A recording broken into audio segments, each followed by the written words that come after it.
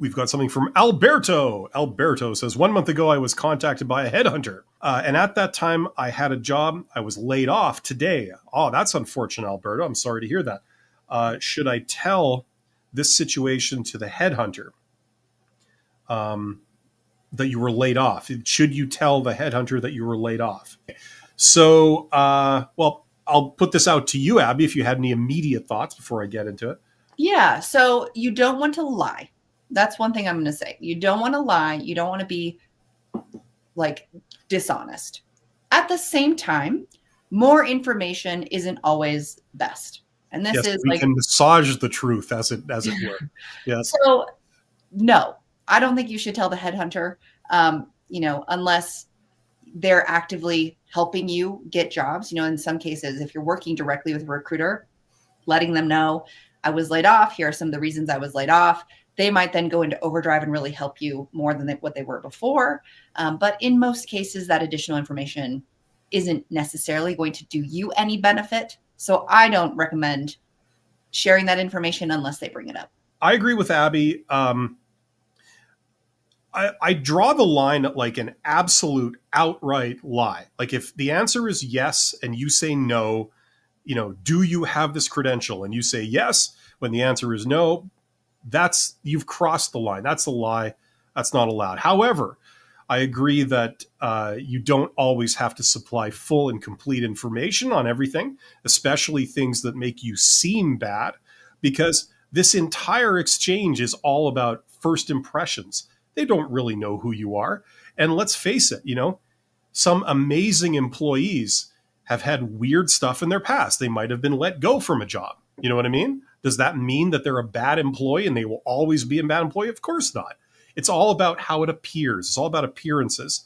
So this is a game of appearances. So if there's something where from a certain perspective, the answer might be yes, but from another perspective, the answer might be no, it kind of depends, then I would err on the side of giving yourself, the best impression, making the best impression, okay, without crossing the line into an outright factual lie. That's a great thing when they ask you stuff that's like a matter of opinion. You can have your opinion on that, right? Yep. Opinion is divided on the subject. Everyone says you don't. I say you do, right? Mm-hmm. So if it's going to help you, share the information. If the information that you share is not going to help you and it could actually do harm to your situation, there's no need to share it. Absolutely. Absolutely.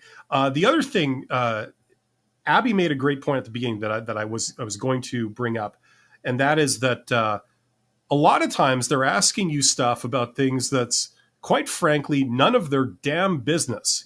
What you have done with some third party is none of their business.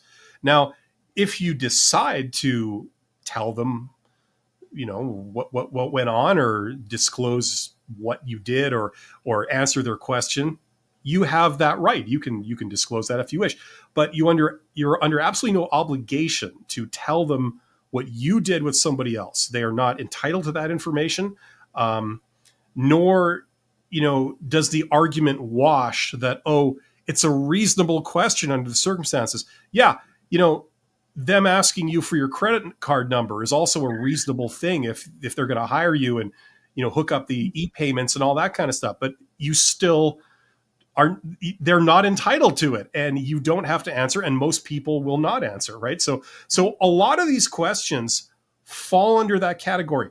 Were you laid off by this other company recently? Is none of their business. So if it will make you appear bad and give a bad first impression, my instinct would be to not disclose that. Okay. You know what I mean? They're not entitled to it. And that's how I would proceed as a default kind of way as you go through this. Okay. Mm-hmm. It's all about this job search and interview process is all about presenting yourself in the best light to really showcase not only how well you're going to be able to do the job, but how well you're going to fit in with the organization. And while layoffs happen all of the time and they suck, and they're many times have nothing to do with performance or anything like that, people's minds wander to like, well, why did this person get laid off versus the other person? And they start to then tell themselves stories and build it in. So bringing it up unless it's been prompted by them, could just do you more harm than good. And we had Trey, who was asking that follow-up question, and Alberto's question was about working with the headhunter, and they've been, let go since they started working with this headhunter. So do they bring it up? So how would you frame the situation to the interviewer? Well, in best case scenario, you don't. If it does come up, if it does come up and they've asked you directly, have you been let go or what happened, then you give them the information that they need to know, and you can kind of move on from there.